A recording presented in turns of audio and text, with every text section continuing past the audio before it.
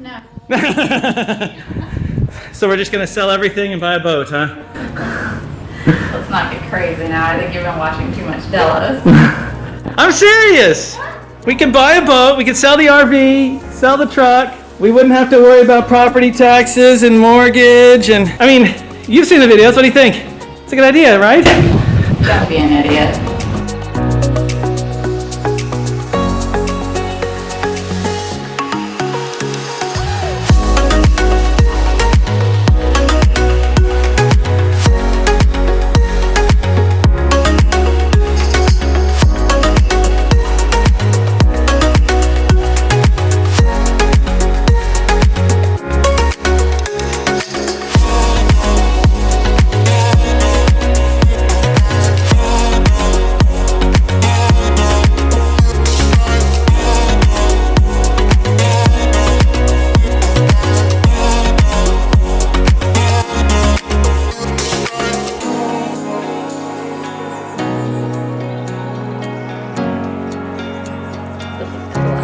Oh boy, here we go.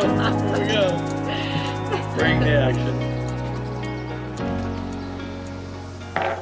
Oh, those are tasty. We are Cade and Misha, and sailing vessel Flow, Flow. It's an acronym. It means for love of wind. We are just two very boring people who decided we were not going to wait until we were old and frail and not physically capable of going on an adventure to experience life.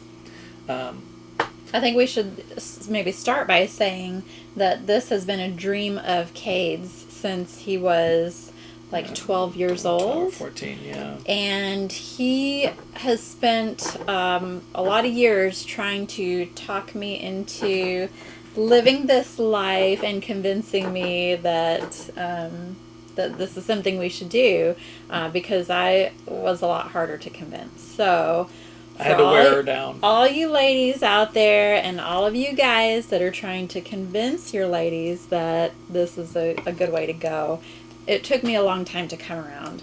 And now I am super excited. I think we watched enough YouTube episodes and saw enough of the glamorous part of it that I'm convinced.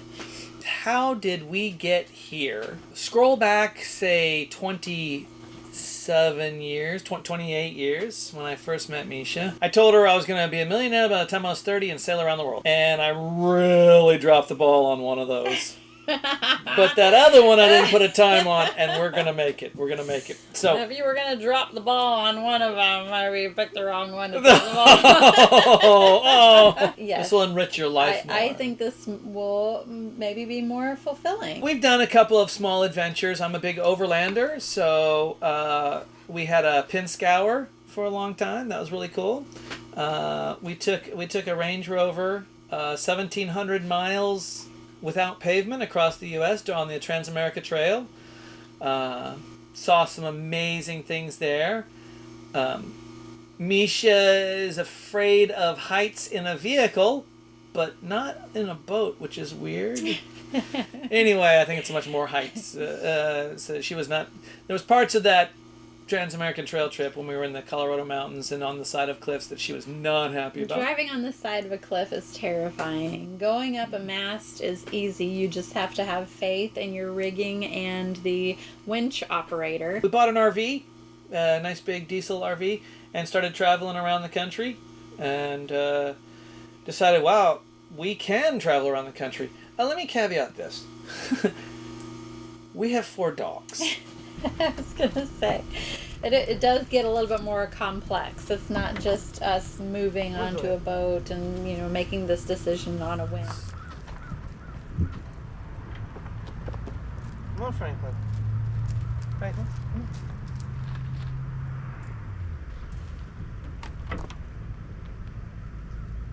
Come on, Mish. It is not.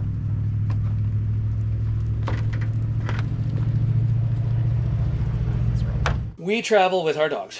And we had, as you can see, they will not stop. We got that travel bug and we loved to travel. And all of a sudden, we're in the RV 2 weeks out of a month because I work from home. I work from anywhere. I have Starlink. We had been waiting on the sailing thing because of the dogs. The dogs do well in the RV. Surely they'll do well in a boat. Now we're in Florida. We've sold everything.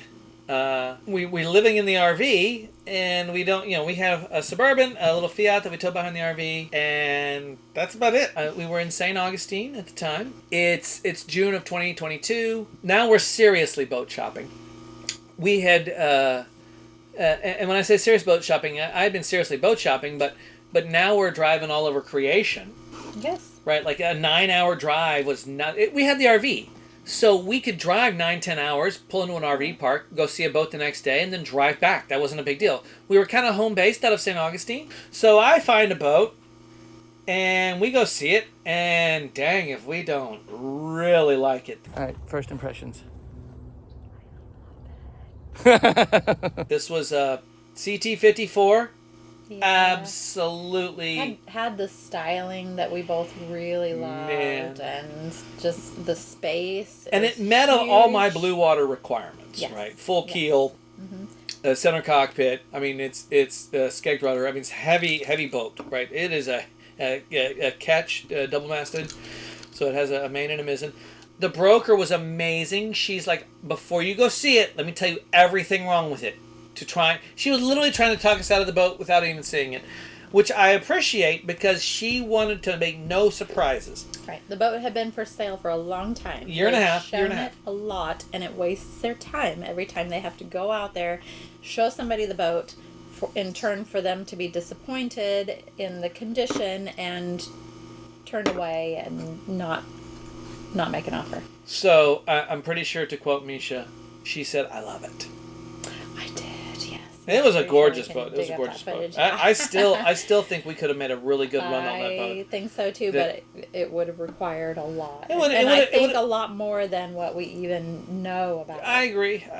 We looked at a Gulf Star. We really love the Gulf Star center cockpits. They have a walk-through transom into the center cockpit. This one in particular, the galley would need a lot of work, which we could have done. We went and saw a really cool ketch, teak deck, a leaky tiki. It was a Mayflower. It was a 48 Mayflower. Yeah. That was a pretty boat. Really beautiful. Dark hull, absolutely epic. You guys don't know this yet, but Cade is 6'5", so that automatically cuts out a lot, if not most, of the boats. That makes it tough. Any boat works for me. I'm 5'2". On a Thursday, a Hunter 450 Passage listed. This particular boat had been across the Atlantic twice already. And I don't know if you can get more of a good blue water certification than going there and back. It also had 7-foot headroom throughout. And that's a huge deal. That's a huge deal. And we meet Flo. And we kind of fell in love with Flo immediately. She was a manageable size. We don't know how to sail at this point. As soon as we made the decision to actually shop for a boat, I tried to book a 5-day course for the two of us. ASA 101, 103, and 104. That gets us through the intro, the boats, and the bare boat charter. I was like, well, when's the first weekend you have availability for the 5-day package? That would be the end of July. Oh, look, we're closing the day after sailing school. Friday morning, we show up to sailing school. Why do you want to take a sailing class? And we said, well, we just bought a 45-foot sailboat, and we need to learn how to sail. You could hear every eye in the room roll back in his head, like, oh, those people. There was instant silence in the room and knowing glances between all of the staff. And I tell you, we have never felt so alienated as we did that day. We started in the 34 for 3 days. And then we went to a 44 for the last 2 days, which was 1 foot off. Yeah. So anyway, sailing school was amazing. It was great. We both loved it. So if you think worth it. If you're thinking about cruising, go do an offshore cruising course, 104, something like that. Or take an offshore charter. Get a captain to go with you, right? You'll know immediately, do I like this or not? We graduated on a Tuesday. I hopped in a rental car with the head of the sailing school, and we drove from St. Augustine to Miami that night. The next morning, we hopped in Flo and motor sailed her up 30 hours to Cape Marina in Port Canaveral, and that was our taking possession of Flo. We went through 11 bridges on the Miami River, some of which are drawbridges, which is really cool, and some of which were fixed bridges, and it's like, oh boy, that's really tall.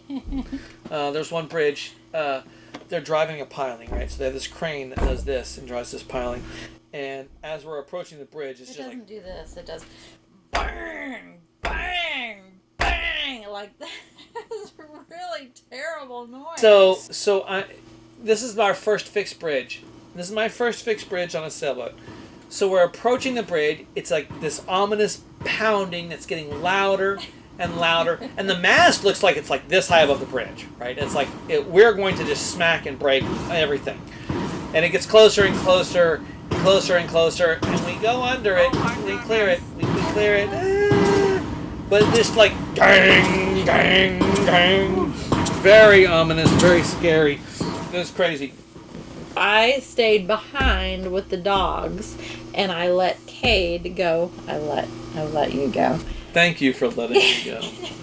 And Cade went with a captain to pick up Flo. So I was not on board for any of this. Up to this point, I still had zero experience except for seeing Flo. I had no experience on, sailing, motoring. Wasn't there for the sea trial or the survey or any of it. So I was out of the picture up to this point. So about 30 minutes out of Miami, the alternator quits. So, okay, that sucks. But we have a generator, so I fire up the generator. About 30 minutes into the generator run, it quits. We only have one battery. About 3 o'clock in the morning, we've been running all night. The nav lights are so dim, you can barely see them. We have no other gauges running, right? So we're using like phones with navionics. The captain's like, no, let's just pull into a little harbor here. We'll just let the engine idle all night. And then in the morning, when we don't need lights, we'll keep going. I was like, no, we'll make this happen. So we had bad batteries, but they weren't like worthless. So I start putting these bad batteries into series, right? So now I'm taking 5 volts and making like 13 under load, which is a good battery. So that lasts for a couple of hours. And then I put my good battery, which had already been drawn down to like 8 volts, in series with everything. So again, I'm pulling like 13.5 volts, finally. Right? So I'm just like, I'm using jumper cables and speaker wire and trying to keep the nav lights on as we're going. And so finally the sun comes up, and if not tribute to this trip, the sun comes up as we're coming up to Cape Canaveral, and there's a rocket launch in the sun up over us. And we pull into Cape Marina, and everybody's happy to be off the boat. We get off the boat. Finally, we're at Cape Marina. This is where we have a slip. The boat is ours.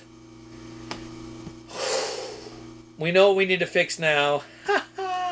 We have so much to fix now. Thus starts our journey to get here. So that is the precursor, that is the intro to the Flo journey. At this point, you have not been on the boat at all, other than to see it. Yes. Oh, and we did not get to see it together. We still, when I pulled into Cape Marina, we had not been on the boat together. The tow behind vehicle for the RV is a Fiat 500. We have to go all the way down to Miami. We're cheap. It's a long drive. That car gets like 35 miles a gallon. So we take the Fiat. We put all 4 dogs in the back of the Fiat, which they're super great travel dogs. They did amazing. But we have 4 dogs and 2 people in a Fiat 500 all the way down to Miami to go see Flo. So we didn't want to leave them in the car, so we took turns. one person would hold dogs and one person would go on Flo. I'm probably going to shoot some shots, and then I'll go hold the dogs for her. And then they'd come off Flo, and the other person would hold dogs and go on Flo. So that brings us to the boat is now ours. The boat is now in Cape Marina. We're ready to go. I mean, ready to go in terms of work on the boat, and we will pick it up from there next time. Please like and subscribe and hit the notification bell. It helps us out immensely. We're trying to grow the channel. Please also comment below. Comments. Misha is our social media responder, expert, guru. So she's gonna try and answer all as many I'm looking comments. for those comments. I want to talk to you guys. So please let us know where you have questions, where we have failed to give information, anything that we can help you with, or any questions that we can answer. We hope to see you again on the next one. Thank you, and we can't wait to see you next time.